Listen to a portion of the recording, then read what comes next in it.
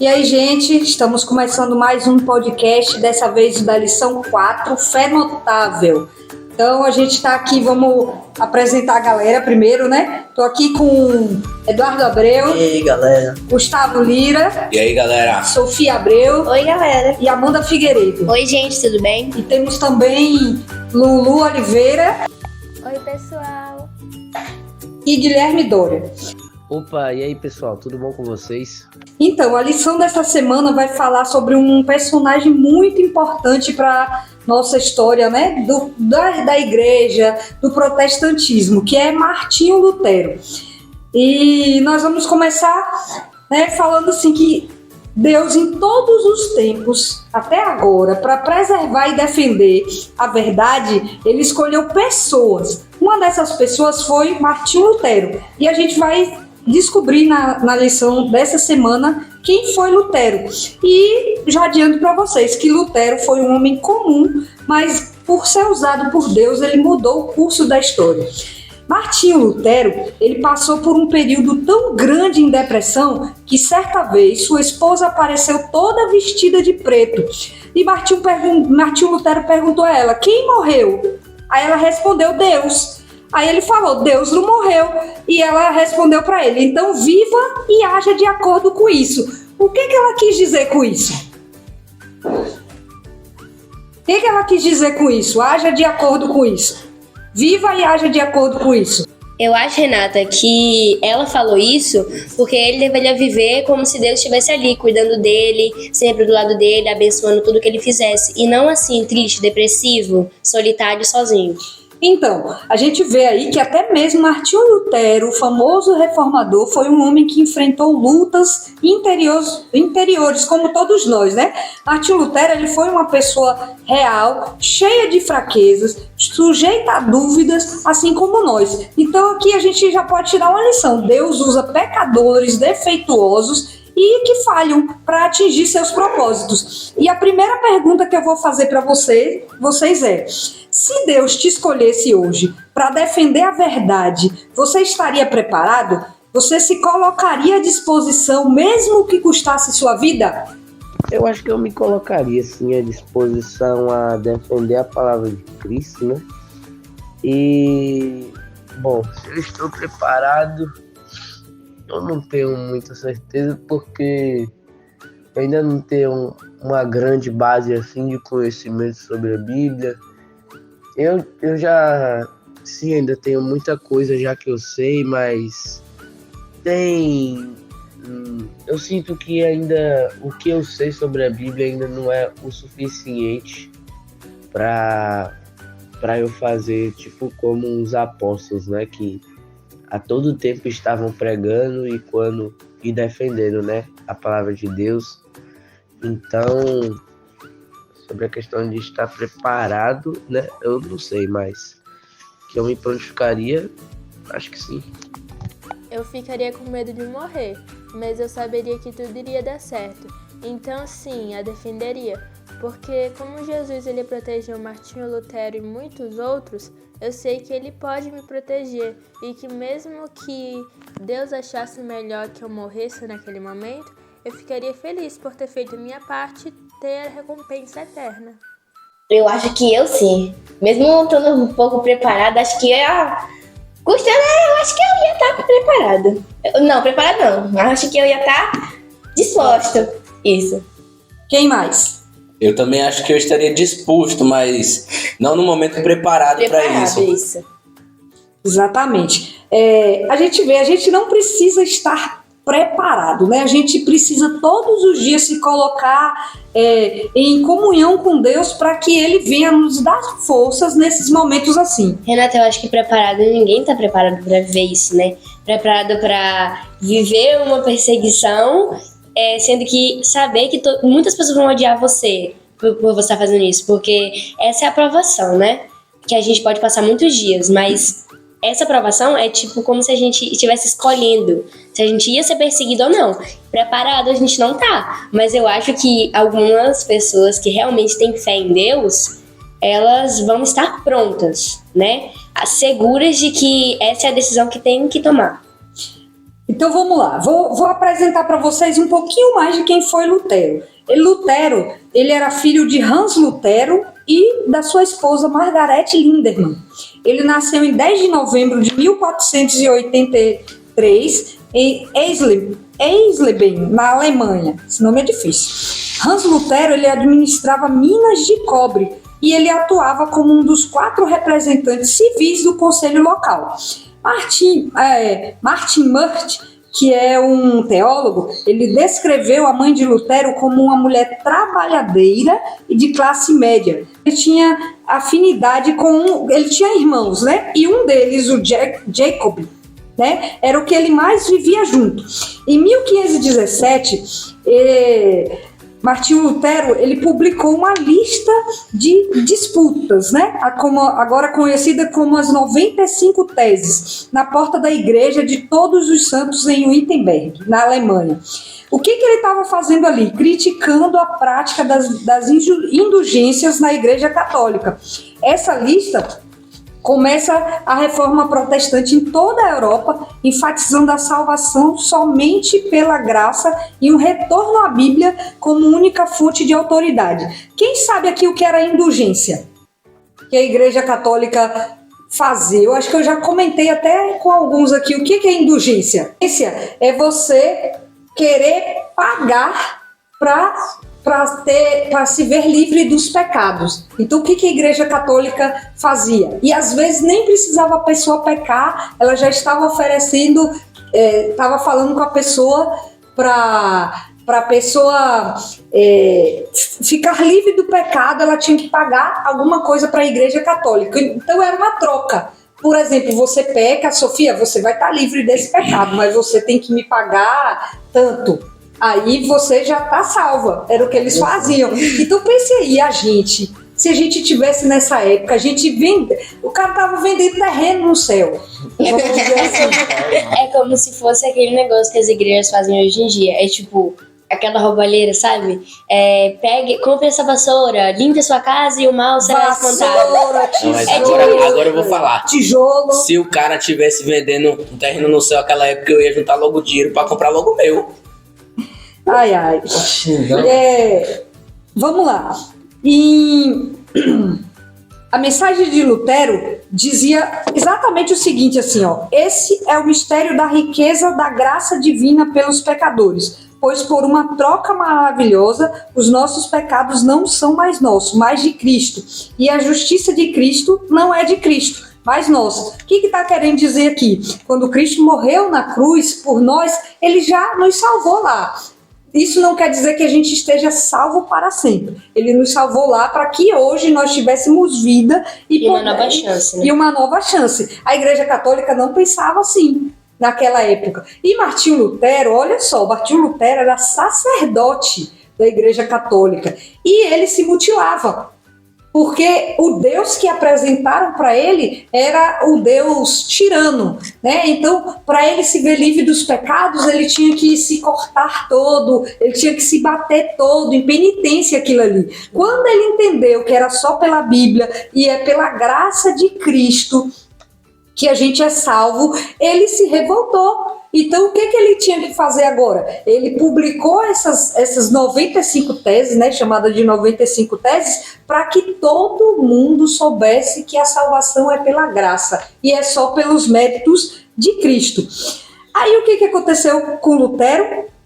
Ele foi perseguido. A Igreja Católica ele ensinava, né, que os humanos deveriam ganhar a salvação por meio da compra de indulgência. Lutero declarou que a justiça era obtida apenas pela fé, gratuitamente e concedida a todos que pedissem. Então, em 1521, ele foi chamado diante da Dieta de Worms, que era uma reunião, para retirar suas opiniões sobre a salvação apenas pela graça. Ou seja, convocou-se o conselho e falou assim: e aí, Lutero, você vai retirar o que você disse?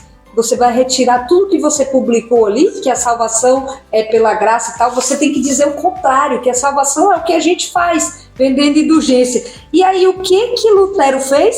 Ele se recusou e ele declarou assim, ó: a menos que eu seja convencido pelo testemunho das Escrituras ou por uma razão clara, eu estou vinculado pelas escrituras citadas. Não posso nem vou desmentir nada, já que não é seguro nem certo ir para a consciência. Como resultado disso, ele foi declarado herege.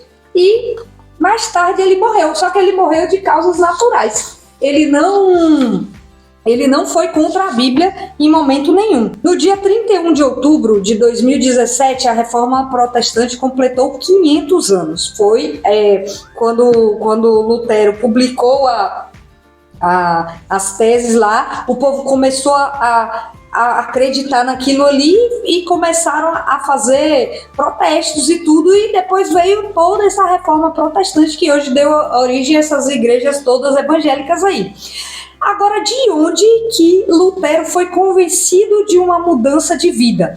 No livro de Romanos. Então eu vou ler alguns textos aqui de Romanos, 2 textos especificamente, para falar de onde que ele mudou a visão dele. Romanos 1, 16, 17 diz assim, pois não me envergonho do evangelho, porque é o poder de Deus para a salvação de todo aquele que crê, primeiro do judeu e também do grego, porque a justiça de Deus se revela no evangelho de fé em fé, como está escrito, o justo viverá pela fé. E Romanos 3, de 21 a 31, fala assim, mas agora, sem lei, a justiça de Deus se manifestou, sendo testemunhada pela lei e pelos profetas. É a justiça de Deus que, mediante a fé em Jesus Cristo, para todos e sobre todos os que creem. Porque não há distinção, pois todos pecaram e carecem da glória de Deus, sendo justificados gratuitamente por sua graça, mediante a redenção que é em Cristo. Jesus, a quem Deus apresentou como propiciação no seu sangue, mediante a fé. Deus fez isso para manifestar a sua justiça, por ter ele, na sua tolerância, deixado impunes os pecados anteriormente cometidos, tendo em vista a manifestação da sua justiça no tempo presente, a fim de que o próprio Deus seja justo e justificador daquele que tem fé em Jesus. Onde fica então o orgulho? Foi totalmente excluído. Por meio de que lei? A lei das obras? Não, pelo contrário, por meio da fé. Concluímos, pois, que o ser humano é justificado pela fé, independente das obras. Ou seria Deus apenas Deus dos judeus? Será que não é também Deus dos gentios? Sim, também dos gentios, visto que Deus é um só, o qual justificará o circunciso a partir da fé e o incircunciso por meio da fé. Anulamos então a lei por meio da fé? De modo nenhum. Pelo contrário, confirmamos a lei. Então, eu pergunto agora, o que esses textos nos dizem a respeito da fé cristã? O que ele revela? Que o justo viverá pela fé. O que diz os textos?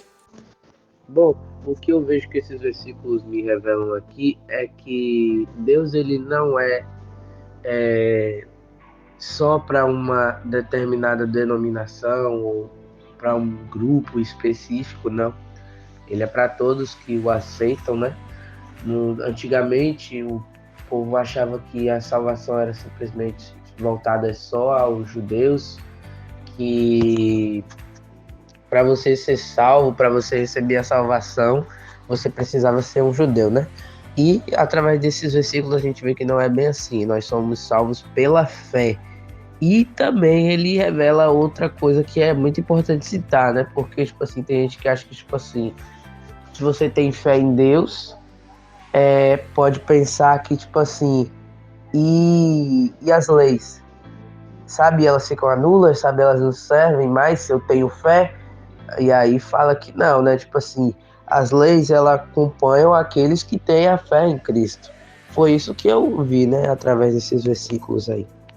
Mostra que não devemos nos envergonhar da fé, devemos sempre seguir o caminho de Deus e que somos salvos pela fé e não pelas obras, e que qualquer um pode tê-la, porque Deus ele é Deus de todos e não apenas de um grupo. Ele ama todos nós.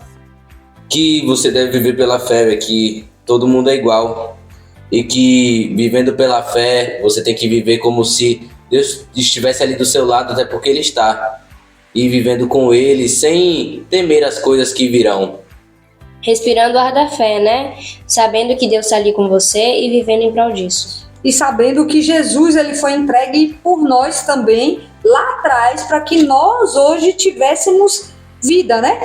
Então, nosso texto-chave aí fala: porque a justiça de Deus se revela no Evangelho de fé em fé, como está escrito, o justo viverá pela fé.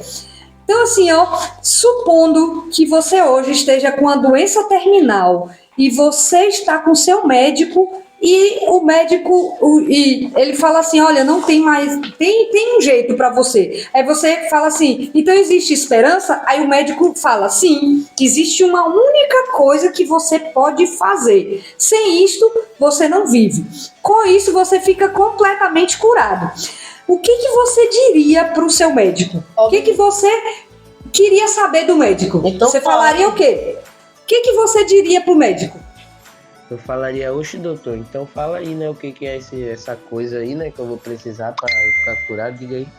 Iria querer falar a última resposta, porque iria querer saber para não precisar morrer, para ter uma nova chance de vida. E é isso que fazemos no nosso relacionamento espiritual com Deus.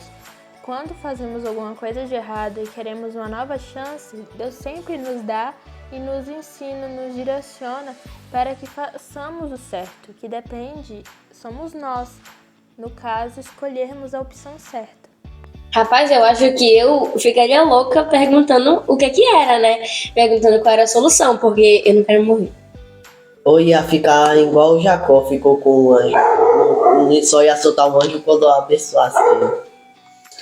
Então, quando a gente está com uma doença, o médico tá ali, fala, sim, existe esperança. Você quer saber o quê, né? Você não vai falar assim: não, eu vou, me desculpa, mas eu tenho em 5 minutos um jogo de futebol para assistir, ou então um filme para assistir. Ou você dizer que isso não é importante, que isso é insignificante e que o doutor tá querendo só fazer uma pressão psicológica, ou fazer algum tipo de joguinho para você ficar mais tranquilo.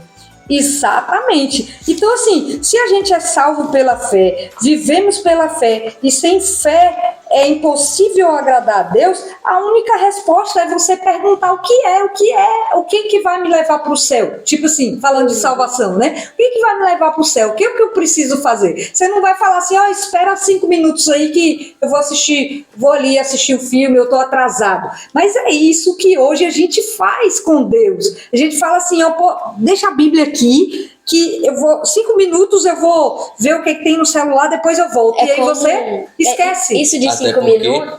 Até porque a pessoa que almeja o céu, ela busca todas as horas e todos os dias. Exatamente. Isso de 5 minutos, espera um pouquinho, me lembra muito um filme que eu assisti, que o cara, ele tava esperando, né? 5 minutos, ele tava esperando pra Deus voltar, ficava almejando. Aí quando Deus tava voltando, ele tava se casando no filme. Aí ele falou: poxa, bem na hora do meu casamento. Aí ele gritou: Deus, espera mais 5 minutos porque eu quero casar. Aí eu fiquei tipo: meu Deus, fiquei viajando. É igual quando eu tô jogando e minha mãe fala pra eu parar de jogar. Eu falo: mãe, deixa acabar essa partida. Aí dá bom não isso, né? Vamos lá, na parte de terça aí tem algumas curiosidades, né? Uma das curiosidades é que o pai de Lutero, ele queria que Lutero fosse o quê? Advogado. E ele ficou descontente quando o filho entrou para o monastério. Por que ele entrou para o monastério? Ele queria aprender mais da Bíblia. Uma outra coisa que tem aí falando que a primeira vez que Lutero viu uma Bíblia completa foi na biblioteca da universidade. Estava em latim. Antes ele só tinha ouvido porções dos evangelhos e de algumas epístolas. Então ele amava estudar a palavra de Deus. Quando ele encontrou uma Bíblia acorrentada a uma parede, ele passou a ir lá com frequência. Às vezes ele deixava de dormir e de comer para ler a Bíblia. Hoje a gente faz o contrário, né? A gente deixa tudo, deixa a Bíblia, deixa a lição, deixa tudo para ir comer, para ir sair com os amigos. Então a gente é completamente diferente de Lutero, né? Nossos versos de impacto aí. Sofia, lê aí Abacuque 2:4. Eis que sua alma está orgulhosa, e a sua alma não é reta nele, mas o justo viverá pela sua fé. Atos 3,19. Arrependam-se, pois, e voltem-se para Deus, para que seus pecados sejam cancelados. Amanda, Hebreus 12, de 1 a 3. Assim, nós temos essa grande multidão de testemunhas ao nosso redor. Portanto, deixemos de lado tudo que nos atrapalha e o pecado que se agarra firmemente em nós e continuemos a correr, sem desanimar, a corrida marcada para nós. Conversemos nos nossos olhos fixos em Jesus. Conservemos. Isso. Pois é por meio dele que a nossa fé começa, e é ele quem a aperfeiçoa. Ele não deixou que a cruz fizesse com que ele desistisse. Pelo contrário, por causa da alegria que lhe foi comprometida, ele não se importou com a humilhação de morrer na cruz e agora está sendo sentado do lado direito do trono de Deus. Então nós vimos aí 3 versos. Qual deles chamou mais sua atenção? Qual deles fala mais com você? O último, porque fala que Jesus, mesmo tendo passado por várias tentações, suportou tanta oposição dos pecadores, ficou naquela cruz, não desistiu de nós. Tudo isso foi por nós, então nós não devemos desistir do propósito que ele pediu para fazermos.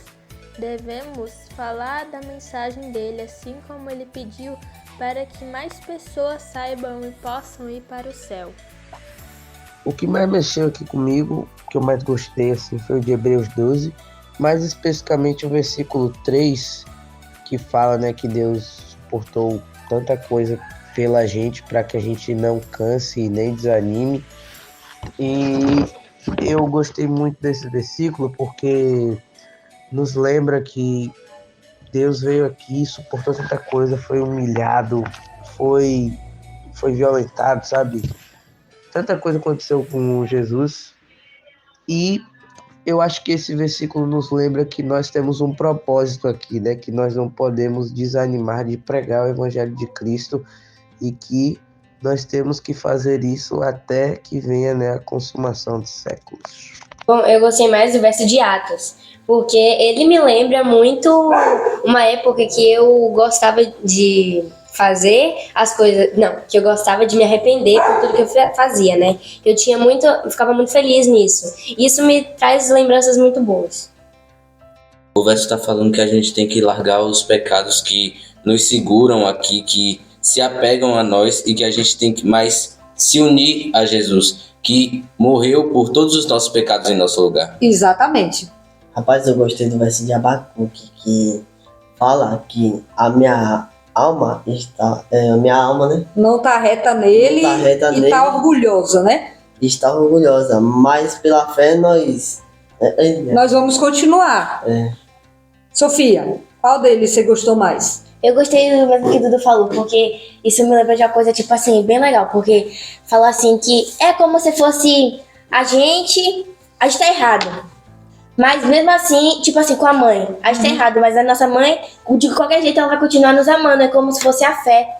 É bem legal, eu acho bem legal. A parte de quinta-feira, que é a parte do livro, tem algumas coisas interessantes sobre Lutero.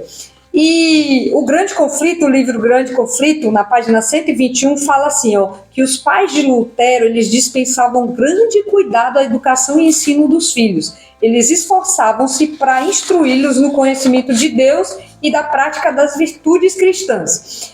Trabalhavam com fervor e constância a fim de prepará-lo para uma vida útil. Às vezes eles eram rígidos demais, mas o próprio Lutero encontrava mais coisas para aprovar do que desaprovar em sua disciplina. Na escola, Lutero foi tratado de forma dura e até com violência. Vocês vão lembrando aí, se vocês já passaram por alguma coisa dessa que Lutero falou, dessas influências, do que Lutero passou. Com frequência ele passava fome. Os conceitos sombrios e supersticiosos os deixavam cheios de temor. Ele se deitava à noite com o coração pesado, constantemente aterrorizado com o pensamento de que Deus era um tirano cruel, em vez de um Pai celestial bondoso. Quando ele foi para a Universidade de Erfurt, o futuro parecia mais alegre do que em seus primeiros anos de vida. Seus pais eles tinham melhorado de vida e eles puderam ajudar mais Lutero. Aí tem uma parte interessante aqui, ó. Amigos sábios e cuidadosos reduziram os efeitos melancólicos da formação que ele teve nos primeiros anos de escola. Com boas influências, sua mente rapidamente se desenvolveu. A atenção aos seus estudos logo o colocou no topo entre seus colegas. Lutero não deixava de começar cada dia em oração. Do seu coração emanava continuamente um pedido de orientação. Com frequência ele dizia bem assim: orar bem é a melhor parte do estudo. Certo dia ele estava numa biblioteca e ele viu uma Bíblia em latim. Ele já tinha ouvido falar dos evangelhos, mas imaginou que ali seria uma Bíblia inteira. Com respeito e admiração, abriu as páginas do livro e as leu. E exclamou: ah, se Deus me concedesse um livro desse! E a história diz que os anjos estavam ao redor de Lutero. Raios de luz da parte de Deus revelaram tesouros da verdade para a sua compreensão. Lutero escolheu se dedicar ao monastério para ter paz com Deus. Com isso, ele desempenhava as tarefas mais humildes e mendigava de casa em casa. Suportou com paciência e humilhação, pensando que teria que passar por isso por causa dos seus pecados. E agora eu pergunto, depois de ouvir esse relato de Lutero, qual seria o segredo dele para ele ter se dado tão bem?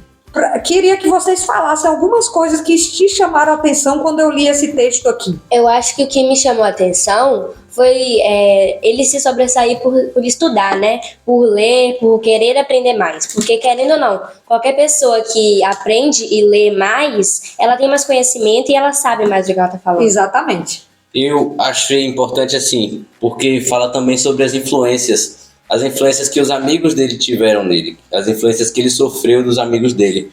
Ou seja, se nós formos influências, nós também podemos ser muito importantes para a vida de alguém próximo a nós. Pelo que eu vi ali, eu acho que o segredo para ele se dar bem na sua vida foi oração, né?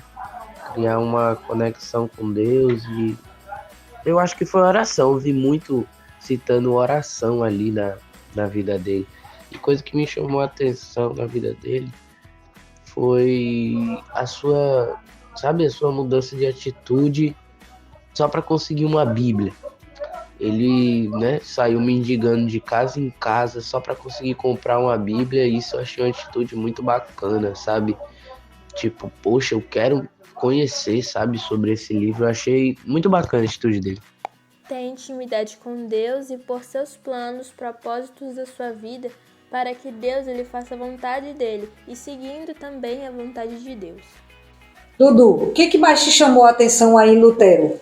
De tudo que eu falei aqui. Ele foi para o colégio, que ele estudou.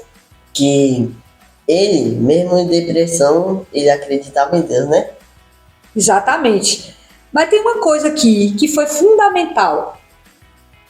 O que aconteceu que fez Lutero? Eu acho que é o segredo de Lutero maior, foram os pais dele. Por quê? O que os pais fizeram? Eles se esforçavam para instruir o menino deles no conhecimento de Deus e na prática das suas virtudes cristãs da época. E eles eram pobres, né? Quando eles melhoraram de vida, o que eles fizeram? Eles mandaram o filho dele para uma escola boa. Exatamente. E como você, Gu, falou, Lutero ele estava cercado de o quê? O texto fala, amigos sábios e cuidadosos. Por quê? Ele vinha de uma escola ali, imagino que seja a escola primária, que ele aprendeu que Deus, porque ele pecava, Deus ia castigar muito ele. Então aquilo ali deve ter causado trauma em Lutero, assim como causa na gente, né? A gente vê criancinhas assim, mal instruídas até dentro da igreja, que fala, poxa, se eu já ouvi de uma pessoa que um parente falou que ela ia pro inferno porque ela pecava, né, desse jeito. E assim, não é assim que ensina. Então, Lutero teve influência dos pais, influência de amigos sábios e influência da família. É saber com quem você anda, né? Porque andando com as pessoas certas, sua mentalidade muda totalmente, né? Exemplo, se você andar com uma gangue provavelmente você vai ser de uma gangue, você vai se comportar como se fosse de uma. Se você andar com pessoas de boa índole, com pessoas de uma família boa, respeitável, você com certeza vai ser uma pessoa ótima, né? Uma pessoa com caráter impecável. Então, aqui fala assim, no livro Os Resgatados, fala assim, sem nenhum temor, a não ser o temor do Senhor, e sem reconhecer nenhum fundamento para a fé, além das Escrituras, ou seja, além da Bíblia, Lutero foi o homem certo para a sua época. Então, ele era um homem muito bem preparado em termos de conhecimento, sem dúvida. Porém, o que capacitou Lutero a lutar tão corajosamente contra os líderes religiosos da época, no caso a Igreja Católica, foram o seu amor e o zelo pela Bíblia. Você viu que ele procurava a Bíblia, quando ele encontrou uma Bíblia lá em latim, ele já conhecia um pouco, só que ele só conhecia os evangelhos. Quando ele encontrou uma Bíblia inteira, ele pediu a Deus, poxa, se eu tivesse um livro desse, e aí Deus colocou os anjos junto de Lutero e fez Lutero ver o que estava escrito na Bíblia. Por quê? Ele é fiel, ele viu que Lutero estava meio enganado pelas coisas que ensinaram para eles e Deus mostrou a verdade. E é assim com nós e com a gente, né? Essa história, ela está se repetindo. Em muitos lugares tem pessoas lutando para que a Bíblia seja deixada de lado e passe a ser vista como um livro ultrapassado. Essas pessoas, elas dizem tipo assim, estamos vivendo em outros tempos. E a gente sabe que a mensagem é clara para nós hoje. Havia uma verdade presente nos dias de Lutero e há uma verdade presente para a igreja hoje. No entanto, assim como muita gente se opôs naquela época a Lutero, a maioria das pessoas da atualidade, ela não quer saber a verdade, ou sabe e quer continuar na mesma vida delas. Então, aqueles que apresentam a verdade para esse tempo, eles não devem esperar que a gente seja recebido de maneira, tudo bem, não, me conte aí tudo. Não, a gente vai ser perseguido. Então, o grande conflito entre a verdade e o erro, entre Cristo e Satanás, se intensificará até o fim da história desse mundo. E agora, chegando ao final do nosso podcast aí, eu queria saber de vocês, o que vocês acharam da história de Lutero, desse amor pela Bíblia, o que te chamou mais atenção, o que você não sabia e que você descobriu com a lição, ou um conselho que vocês tenham para dar? Para mim, a parte que eu mais gostei foi a parte de terça-feira, porque eu gostei da atitude dele de se prontificar em público para pegar a verdade, e ainda mais em tempos como aquele, onde a Igreja Católica, qualquer coisa que fosse contra o que eles ditavam, não será acusado como herege ou coisa do tipo, e eu achei a atitude dele muito bacana. É o que a gente deve realmente fazer, mas todo mundo sabe que também não é fácil, né? E eu gostei muito dessa atitude dele. Gostei muito da lição, porque aprendi mais sobre a fé, que somos salvos por meio dela. Assim, devemos mostrar Jesus por meio da nossa fé para as pessoas. E também eu achei muito interessante que o amor e a intimidade que o Lutero tinha com Deus, ele é um exemplo a ser seguido. Bom, assim, eu achei que a história de Lutero é literalmente uma aprovação da fé, né? Ele teve fé em Deus e Deus ajudou ele e estava cobrindo ele com as mãos dele, não deixando nada ultrapassar a ser que Deus fazia para ele. Eu acho a história de Lutero muito bonita e muito significativa também, porque eu admiro ele, porque ele buscava, ele ia atrás do que ele queria. Mesmo pecando, Mesmo né? pecando. Ele procurou uma Bíblia, tentava aprender as coisas e buscava mais e mais sempre aquilo que ele estava no foco dele, que era Deus. Isso que eu acho mais incrível nele. É tipo um verso de Abacuque, que ele tava, Vivendo pela fé. vivendo pela fé. Sabia que não era reto, mas estava vivendo pela fé. Eu achei uma coisa super interessante porque estava falando sobre o negócio lá da Bíblia, que os anjos estavam perto dele. Isso é uma coisa que é Deus, né? Foi Deus que botou os anjos para ele conseguir entender.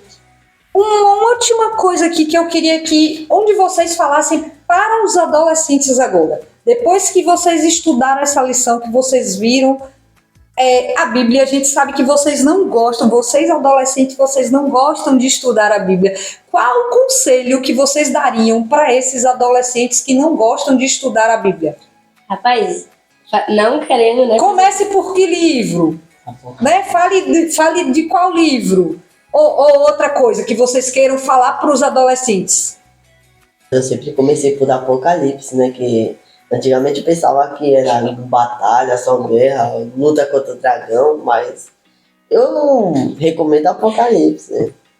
Depois do culto de ontem, foi o culto de ontem. Eu vi que Apocalipse não é só destruição. Não é só destruição. Tá falando sobre Jesus na Apocalipse. Eu descobri muitas coisas novas. Apocalipse é sobre Jesus. Tanto que Apocalipse é a revelação de Jesus Cristo. Eu recomendo o Êxodo, porque em Êxodo você vê um Deus amoroso do jeito que ele é, guiando o seu povo pelo deserto, mesmo quando eles precisavam ali de água, de comida, Deus sustentava eles. Quando precisavam passar por uma dificuldade, Deus fazia acontecer. Então é ali que você vai ver um Deus que ama o seu povo. É ali que você vai ver aquele Deus que é familiar, aquele Deus que cuida do seu povo e vai junto com ele.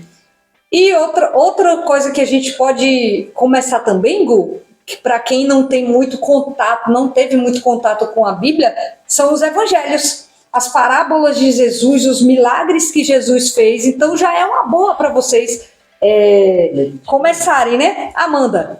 Eu acho que cada parte da Bíblia tem a sua importância, né? Dependendo do que você está passando no momento, a Bíblia é a chave para tudo. Então, exemplo, se você estiver precisando de dicas para alimentação, vai em Levítico.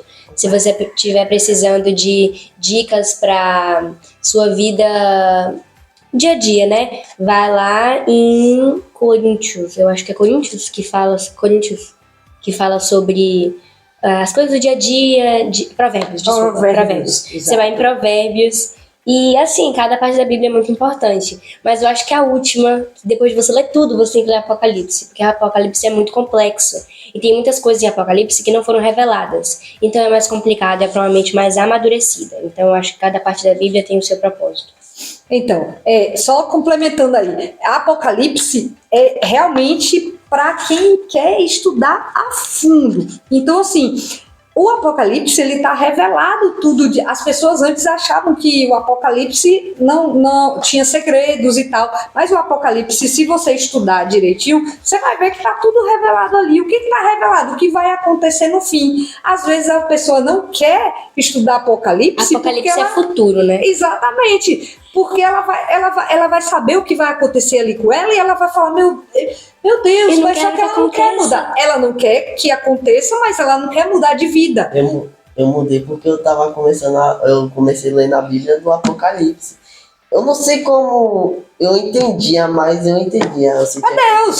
Deus coloca anjos, como Sofia falou. Os anjos estavam ali com Lutero. Lutero estava equivocado em algumas partes da Bíblia. Deus colocou os anjos para falar com ele. Então Deus vai nos ajudar em todas as áreas que a gente precisar. Então esse foi o nosso podcast. A gente agradece a vocês que estiveram com a gente, né? Semana que vem tem mais um. Vamos continuar nesse estudo da Bíblia aí, conhecendo mais personagens, sabendo a importância da Bíblia. Sabendo não, que a gente sabe, né? A gente pondo em prática que a Bíblia é tão importante que é ela que ela nos mostra a história do início até o fim. Dali você não tem erro. Ou você sabe que você está errando, né, com convicção ali e muda de rota, ou você sabe onde você vai parar. Então que a Bíblia seja esse nosso guia. E para você que está nos ouvindo aí, que vocês tenham um sábado abençoado, se preparem aí, porque o sábado é um dia para a gente pensar mais no Criador, ajudar as pessoas, estar em contato com a família e os amigos, né? Então, até o outro podcast.